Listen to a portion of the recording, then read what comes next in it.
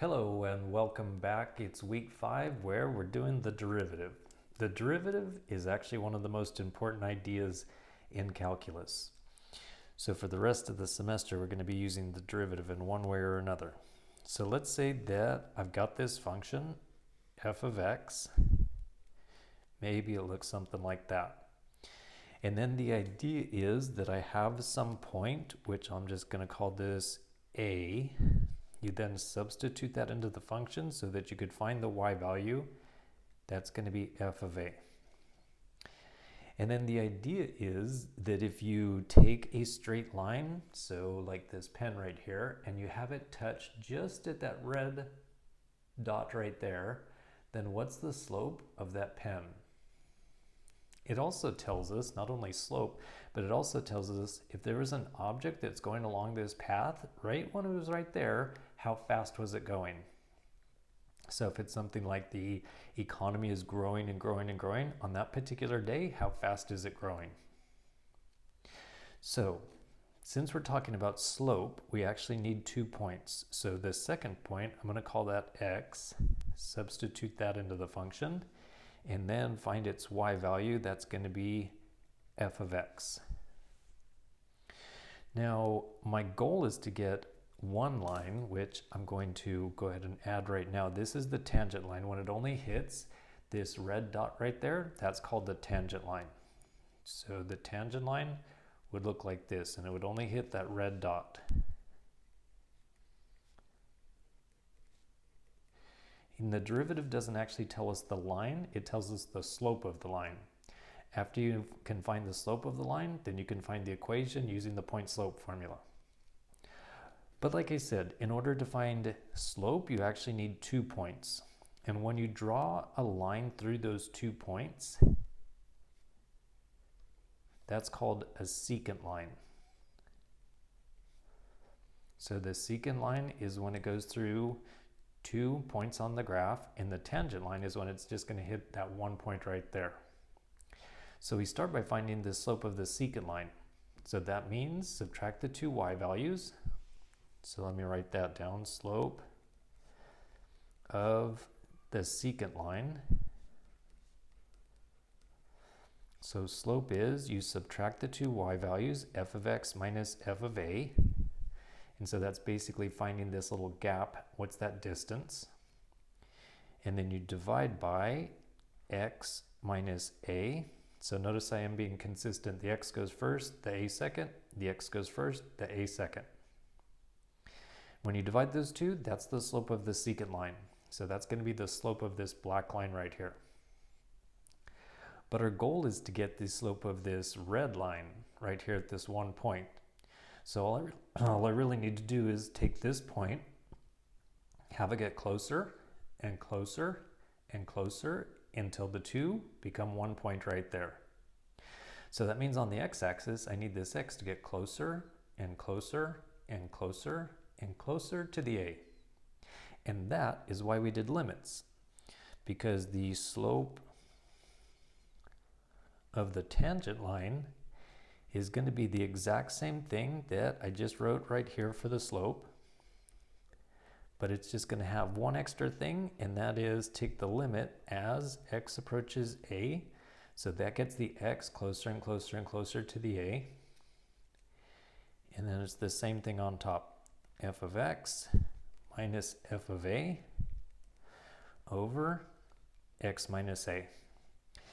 And then this is a lot of words, so this is often just abbreviated by saying that's the derivative.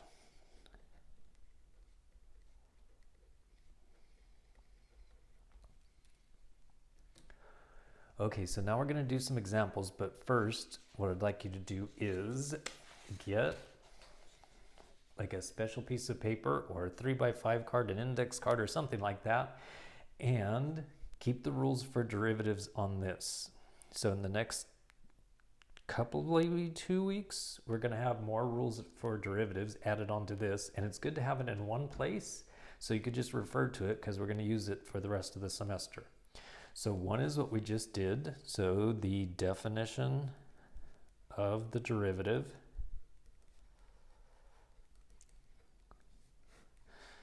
That's the limit as x approaches a, and then on top goes f of x minus f of a divided by x minus a. All right, now let's do some examples.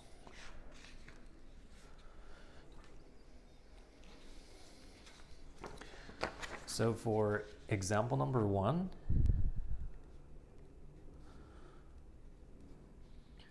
so find the derivative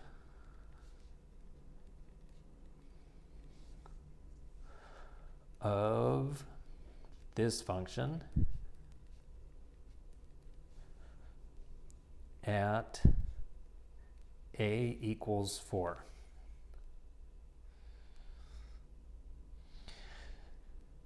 So having to write this out each and every time does take a lot of extra ink, so there is a shortcut for that. So for the word derivative, the notation is you put f and then you put a prime.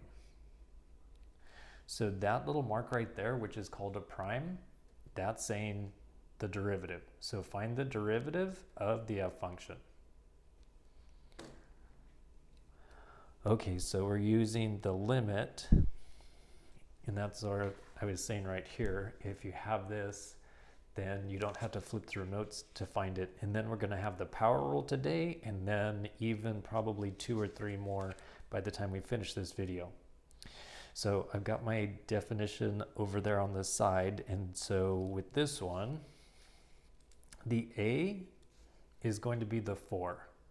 So this is going to be a 4 and this is going to be a 4. So the definition is saying take the limit as x approaches a, but then the a is a 4 in this problem. And then it needs to be the f of x minus the f of a divided by x minus a. And I forgot to put the 4 in, so I'm going to have to write it again.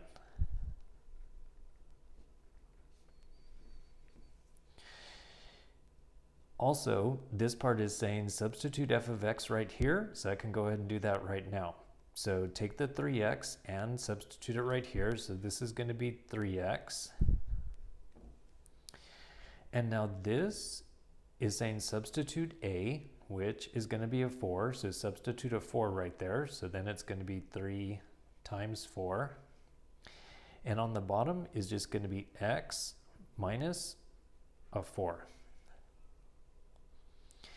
And then we need to do algebra. As most times with limits, we need to do algebra. This has a 3 in it, and this has a 3 in it, so that means that I can factor out 3. And on the top, when you factor out the 3, it's going to leave x minus a 4.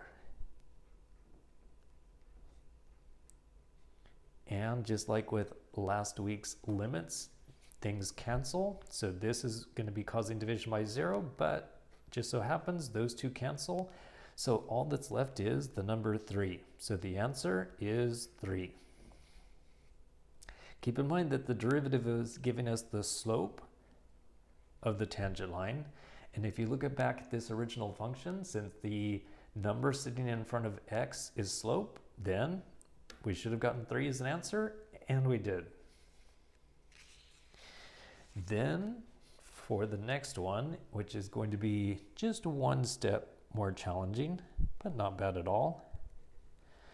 So find the derivative. So that saves me some time because I don't have to remember how to spell derivative and spend all that time writing it. So find the derivative at 2. So that's saying the a equals 2 for the function x squared. Now when it's a squared, there is no obvious slope. It's only when it's like 5 times x or 3 times x, that's when the slope is obvious. With this one, we actually do need to do the work. So once again, over on this side, I've got my definitions of the derivative, and I go the limit as x is approaching whatever number they gave us. In this case, it's the 2.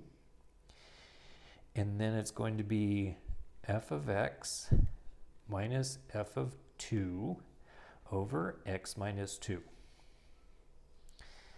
The next thing to do is this f of x is going to get replaced with x squared, and then substitute a 2, and that's going to say 2 squared. So for the next step, it's going to be the limit as x approaches 2. This f of x will become x squared.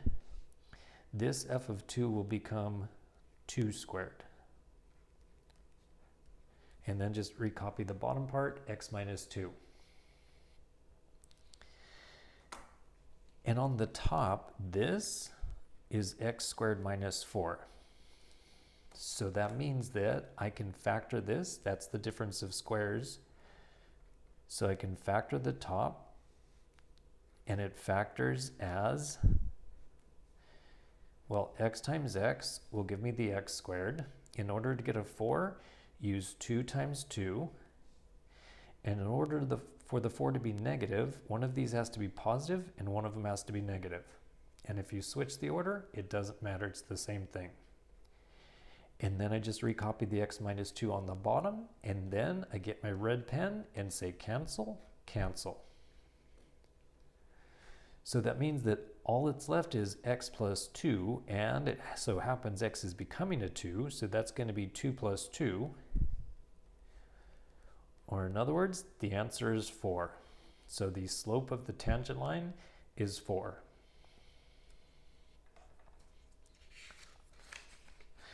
Then I'm going to add on to this problem, also find the equation of the tangent line. So next, find the equation of the tangent line.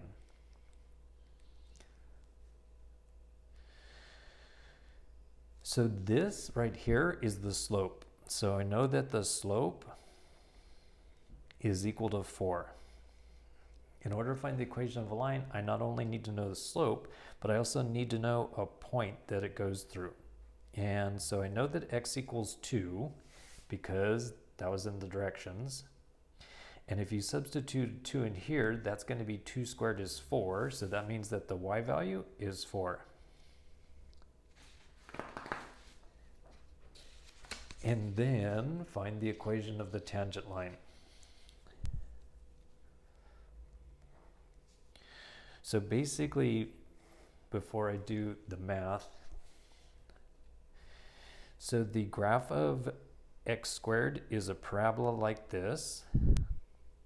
We're talking about the point when x equals 2 and y equals 4. So that's this point right here. And then when you draw the tangent line, it would look like this. So that's the equation of that's the tangent line we're trying to find the equation for right now. So you could just do the point slope formula. So that's going to go y minus the y value of 4. So using this one right here, y minus the y value equals the slope. That goes in front of the parentheses. And then x minus the x value, which is the 2. And then I just need to simplify my answer. So I do need to distribute the 4. So on the right side, there's going to be 4x minus 8. And then the last step is add 4 to both sides. So these are going to cancel, and I get y equals 4x minus 4. So a negative 8 and a positive 4 is 4x minus 4. And then, sorry about that, I was trying to grab the calculator. So then I'm going to graph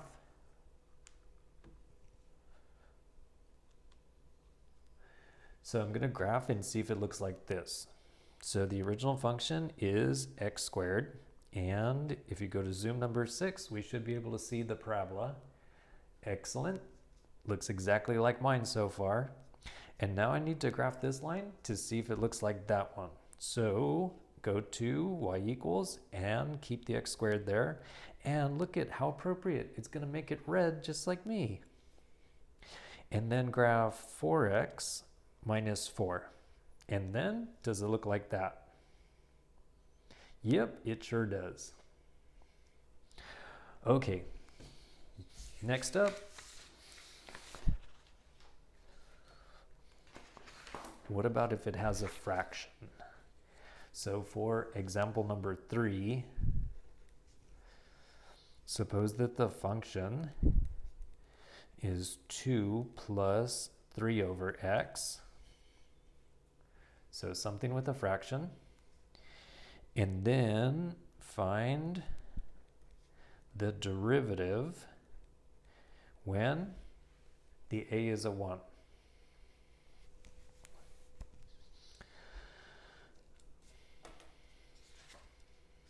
Yes, I'm going to keep saying it. So I use my little formula card right here with the definition. I got that right on the side. So it's going to go limit as x approaches, and in here it's saying use a 1. So as x goes to 1. And on the top is f of x minus f of a, but in here a is a 1. And on the bottom it says x minus a. So this case it's going to be x minus 1. So for this f of x, I need to copy and paste this right there. So it's going to have the limit as x approaches 1. And then f of x, just make a copy of that and paste it right here. This is the old-fashioned copy and paste. See how I did it? Fancy. And then minus, and because the minus applies to everything, I'm going to put nice red parentheses. And next, take the function, but substitute a 1 right here. So that's going to be 2 plus 3 divided by 1. And then on the bottom, we just have x minus 1. And then it's time to do some algebra and simplify this thing. Well, I can see right here there's a positive 2 minus a 2. So those are actually going to cancel. And this does not have anything to combine with, and minus 3 is just going to have to stay there. So for the next step, it has 3x minus 3 on the top, and x minus 1 can't be simplified, that's on the bottom. And before I forget, I still need to write the limit as x approaches 1. So the next thing to do is clear out this denominator right here. So multiply on the top and the bottom by x. So multiply by x and multiply by x.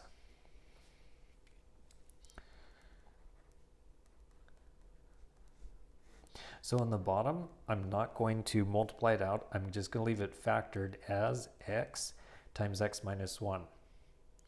And then when I distribute this to the first fraction, the x on the top and the x on the bottom are going to cancel. So all that's left is the number 3.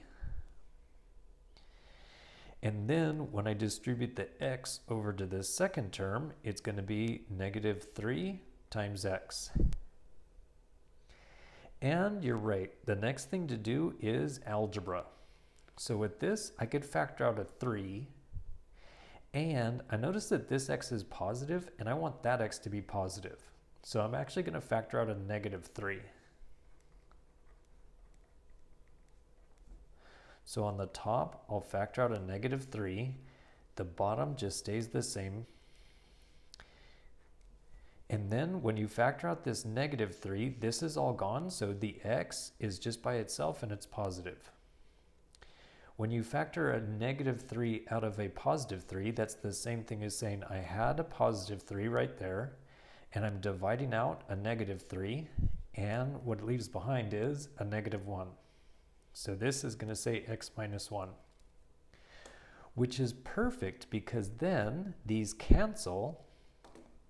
That right there got rid of any possible division by 0. So the last thing I need to do is just plug in a 1 for x, and that means that the answer is negative 3 over 1, or in other words, negative 3. So the derivative is negative 3. Okay, so that was a lot of fun with the limits. But it turns out that there's an actually a faster and easier way to find derivatives. And yes, that means we're going to add a rule to this, but this one, you're going to love it. I mean, I'm sure that you loved the limits and all the fun that we had here, but after a while, that takes a long time, so we've got a shortcut. And the shortcut is called the power rule.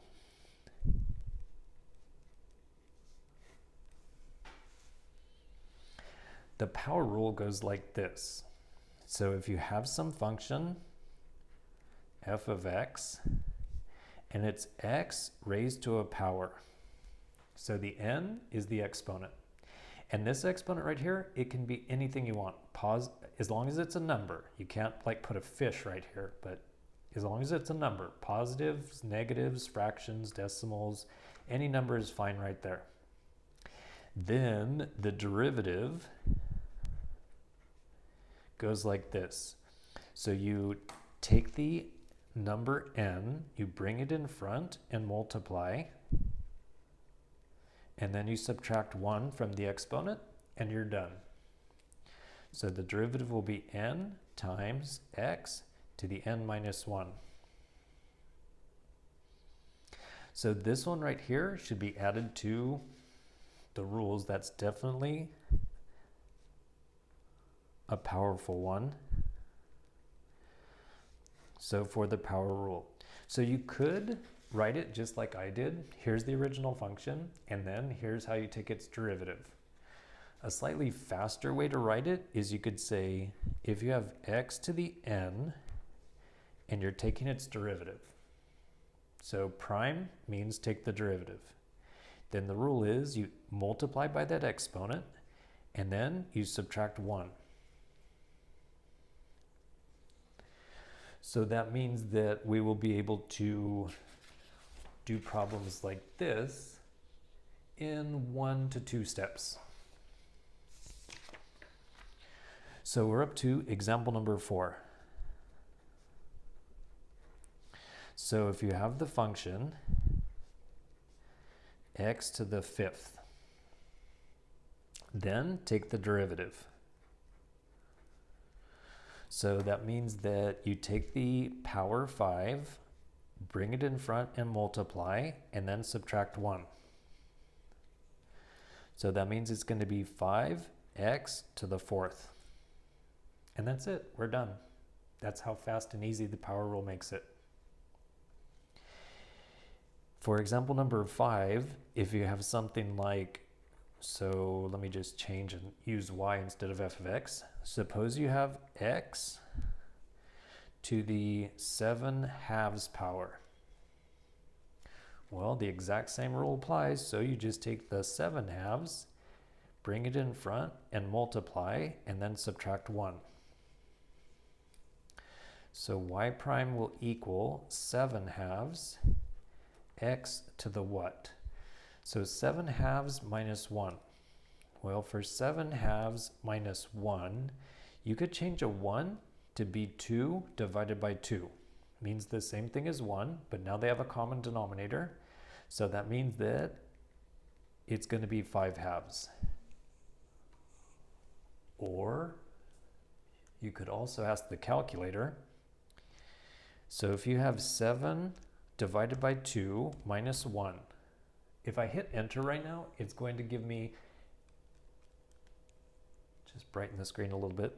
So if I hit enter right now, it's going to give me a decimal, but if I go to math, the first thing is it will change it to a fraction, and it says you should have gotten 5/2.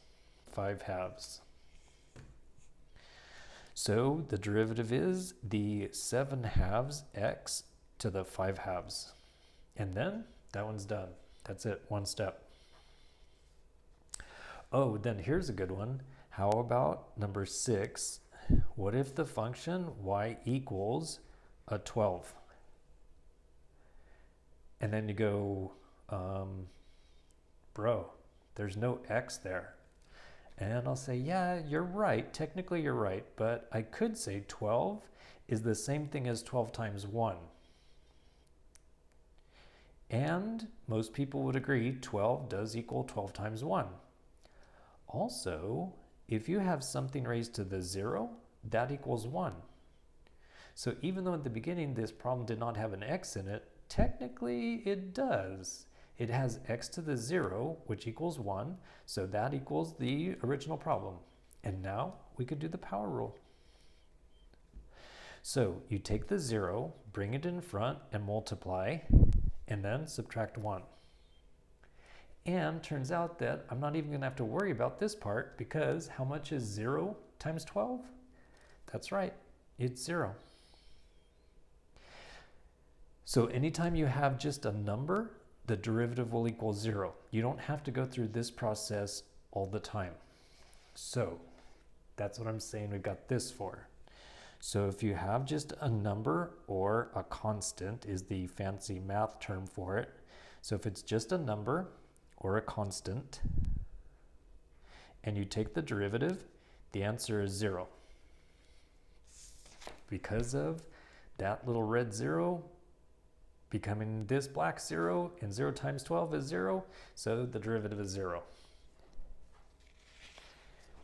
And here's another one that we can do with the power rule, but also, and we'll write it down on the rules for derivative card.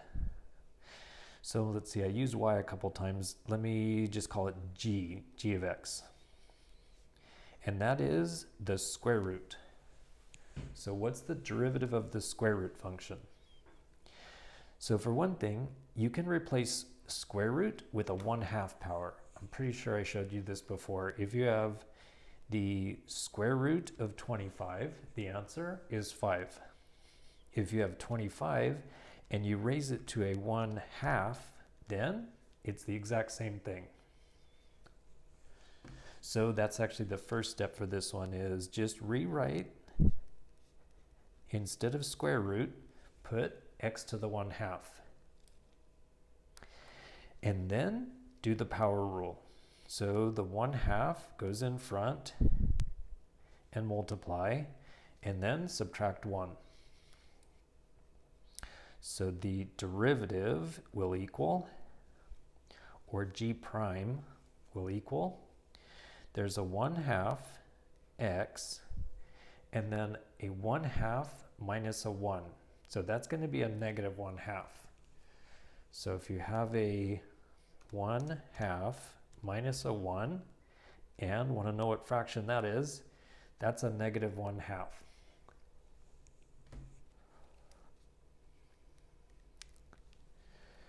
And it's very important that you do not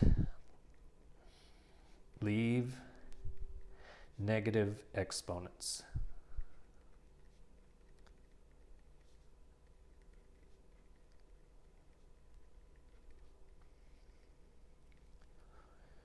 And then, so that I don't sound so demanding, please. So the reason is because in the very near future, we're going to take the derivatives, and then we're going to set it equal to 0, and then we're going to solve for x using algebra. And doing algebra with negative exponents is very challenging. So don't leave any negative exponents. Well, a negative exponent just means that this needs to go to the bottom of the fraction. So on the top of the fraction, there was still the 1. On the bottom of the fraction, there was a 2. And now this x is going to move in with the 2. The x to the 1/2 goes there. And then this side should still say g prime.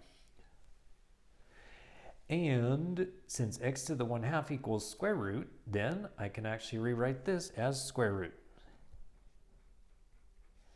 So the answer is 1/2 times the square root of x. And if any math teacher ever told you you can't have squared in the bottom, ignore them. Forget about that. You definitely can have squared in the bottom.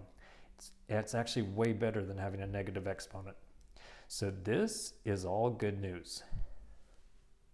Now we're going to actually use the derivative of the square root many times, and you could go through this step, this step, this step, this step, each and every time. Or, you know what else you could use? That's right, the paper with the rules for derivatives. I will be selling these for $2 a piece at the end of today's show. Or you could just write it down yourself for free. So if you have the square root of x, anytime you come across that and you take the derivative, my primes are not consistent, huh? Sorry. So anyway, when you take the derivative of that, so instead of having to go through all of these steps, you could just say, okay, that's the function, that's the derivative. I'm not going to reinvent the wheel every time. So the answer is going to be 1 over 2 times the square root of x.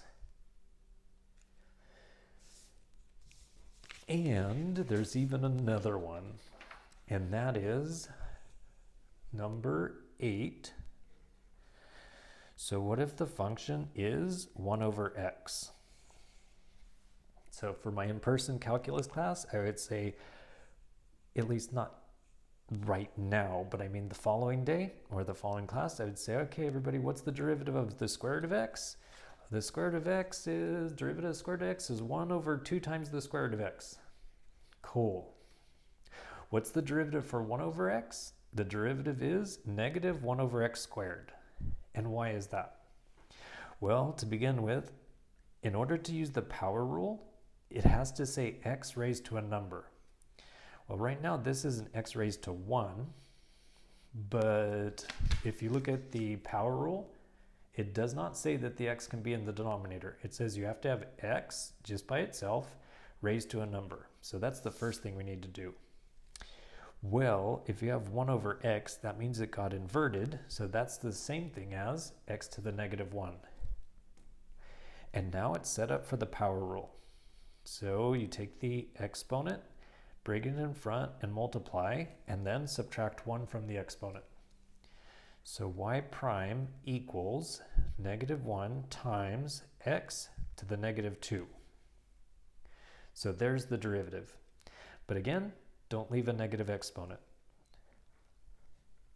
So the negative 1 can stay there. But in order to get rid of this negative, this x squared is going to have to go to the bottom. And now we're done with that derivative. And this is another one that we come across a lot. So it would be a good idea, again, to add it to my new best friend. So the 1 over x function, if you take its derivative, it's going to be negative 1 over x squared. All right, next up,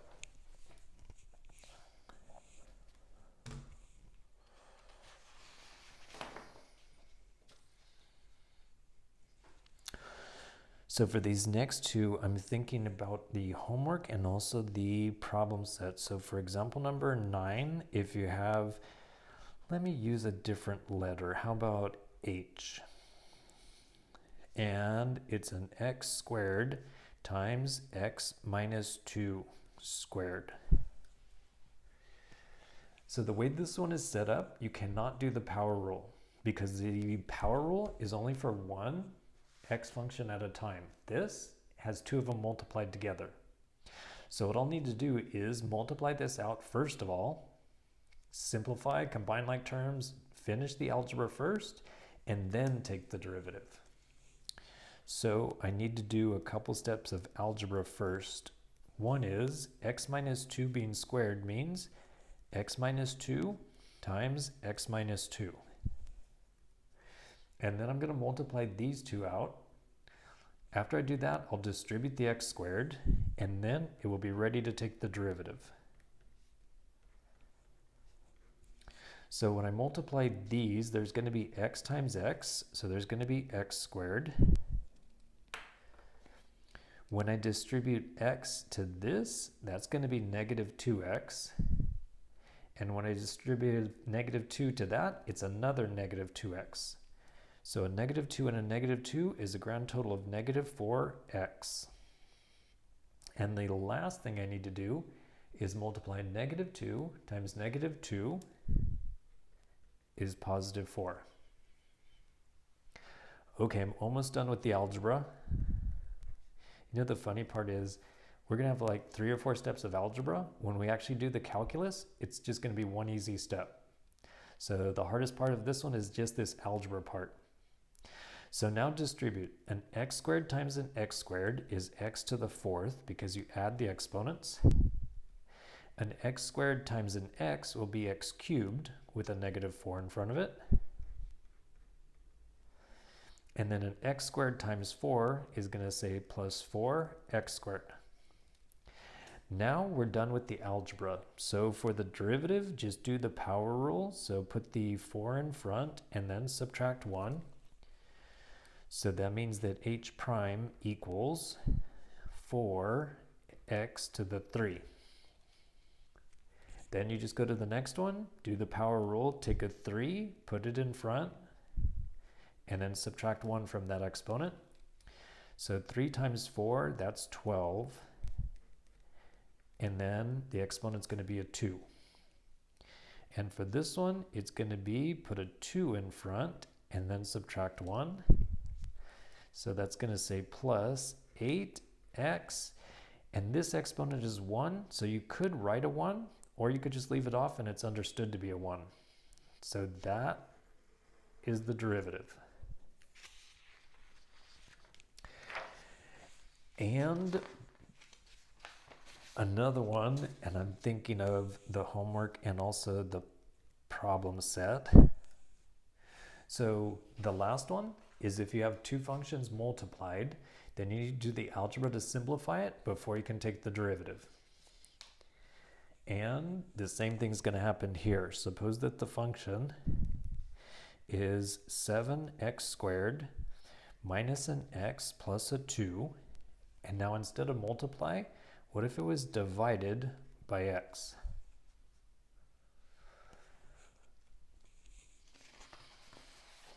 Here's a little pop-up ad for fractions.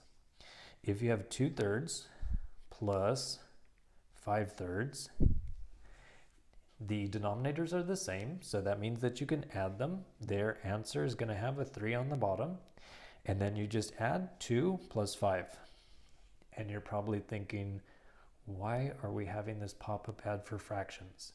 It's because that for most of our life, we go from this side to this side. You take two fractions, add them together, you get one fraction, which would be 7/3. But because this is an equals sign, it means you could go either direction. So if you have one fraction, you can actually make it into two fractions as long as you use the same denominator. And now, back to our regular program.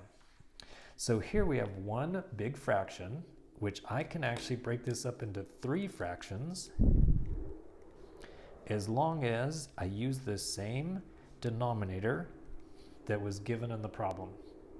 So the denominator needs to stay the same, and then I can break it into the first fraction would say 7x squared over the denominator x, then minus the x over x, and plus 2 divided by x. Sounds like some jets are about to land in my house.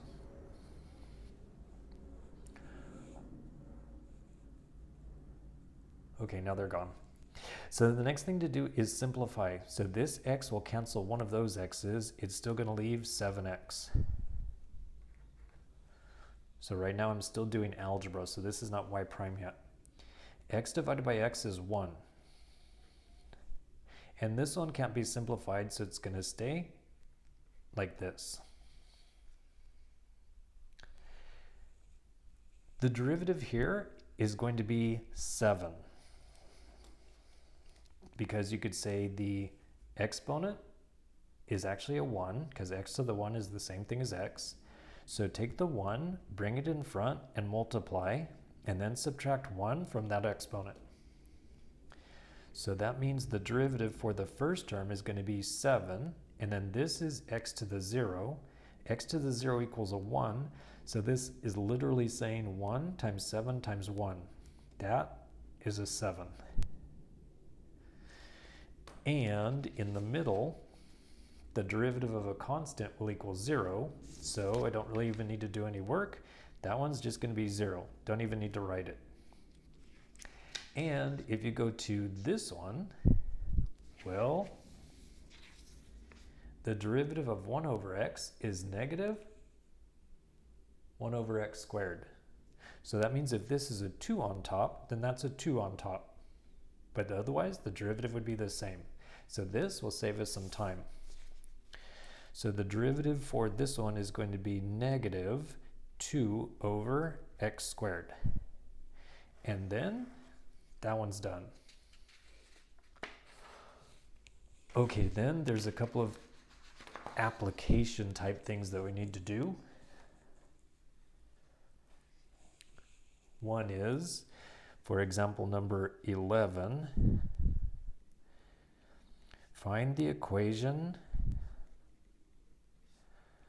of the tangent line, which I did do one example of it way back, number 2 or something like that, when it was the parabola and I graphed it and checked it.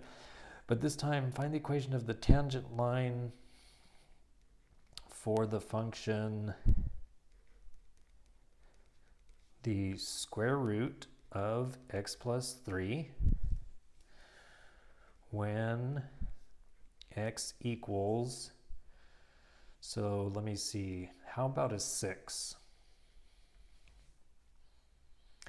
Okay, so anytime it mentions tangent line, that means you need to use the derivative. And this is the square root function, so that means we're going to use this rule right here. So use these shortcuts as much as possible. So the derivative of this square root function is 1 over 2 times the square root. And whatever this thing is, this is exactly the same thing. So if this happens to say x plus 3, this one's going to say x plus 3.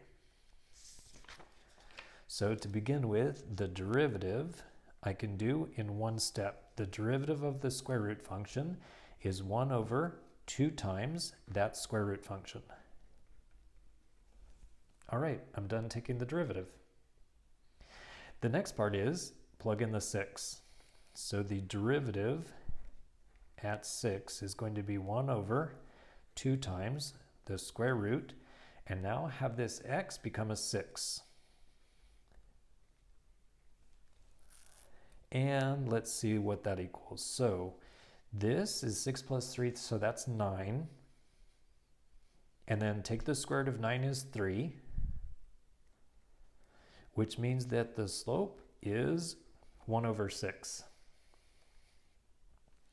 So the slope equals 1 over 6.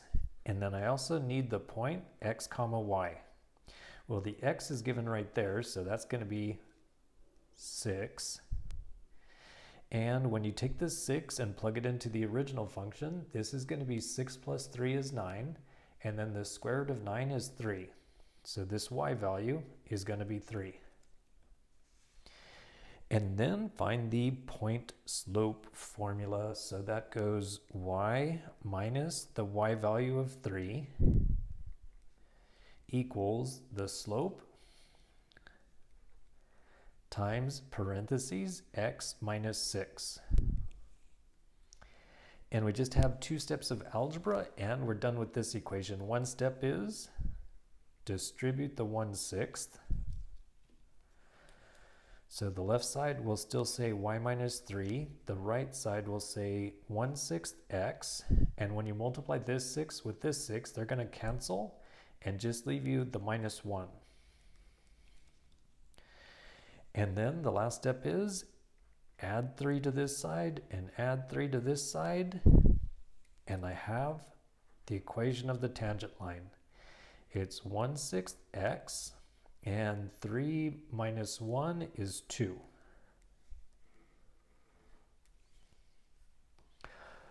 Okay, just one last example, and then we're going to be done.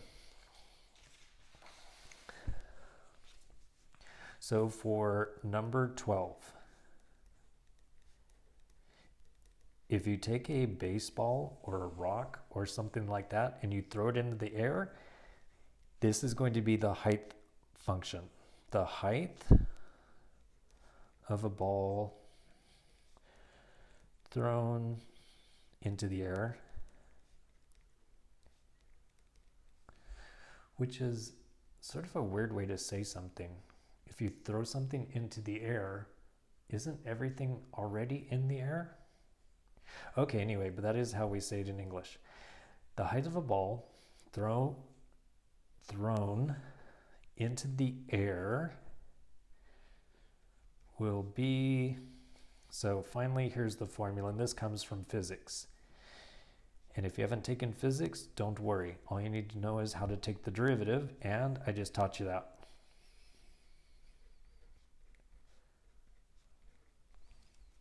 Okay, so this is going to give you the height. So if you plug in a 1, then it will tell you after 1 second how what is the height of the ball.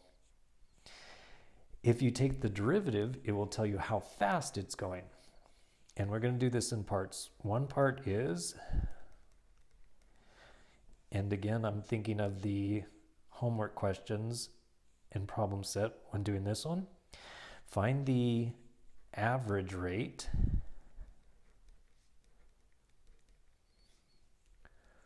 over the time interval from t equals 4 to t equals 5. Well, if you remember where this whole speech started, it was with the secant line, and I had 2 points, like t equals 4 and t equals 5. So we're basically only doing this part right now, just finding the slope of the secant line. So in other words, that's going to be find h of 5 minus h of 4, and then 5 minus 4 goes on the bottom. And I'm going to use a calculator. So if I substitute a 5, so that's going to be negative 16, and then 5 is squared, plus 70 times 5 plus 6. And that equals negative 44, which means that this thing is underground. I guess I did not choose my numbers very well. Okay, how about if we go from t equals 1 to t equals 2. So sorry about that. And usually I would stop the video and redo the whole thing, but I don't have time to do that. So you're just gonna have to bear with these little smudges right here. And we start over. Okay, so use a 2 and then also use a 1. And on the bottom, the 2 and the 1. All right, so now substitute a 2 in instead of a 5. So negative 16, and then 2 gets squared, plus 70 times 2, plus 6. That's better. I got a positive number. So it's 82 feet in the air, because that was saying it's negative 44 feet, which means it's 44 feet underground. So that's not possible. Okay, anyway, this is more realistic. So I got an 82. So this is going to be 82 minus, now substitute a 1. So that's going to be negative 16. And then 1 gets squared, plus 70 times 1 plus 6. Then it would be 60 feet in the air. And then on the bottom, that's just going to be a 1. So an 82 minus a 60, that's 22. And then this is 1, so it's 22 divided by 1. And these units right here, since we're in the United States, these are feet, and the time is in seconds. So it's going 22 feet per second. So as it goes from 1 second to 2 seconds, that's its average velocity. And then the very last one, and we'll be done. Part B. Find the instantaneous velocity.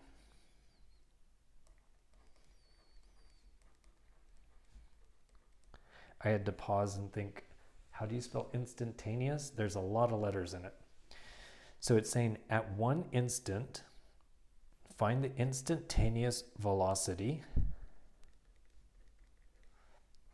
when t equals the 2. So this fancy word right there is just another way to say find the derivative.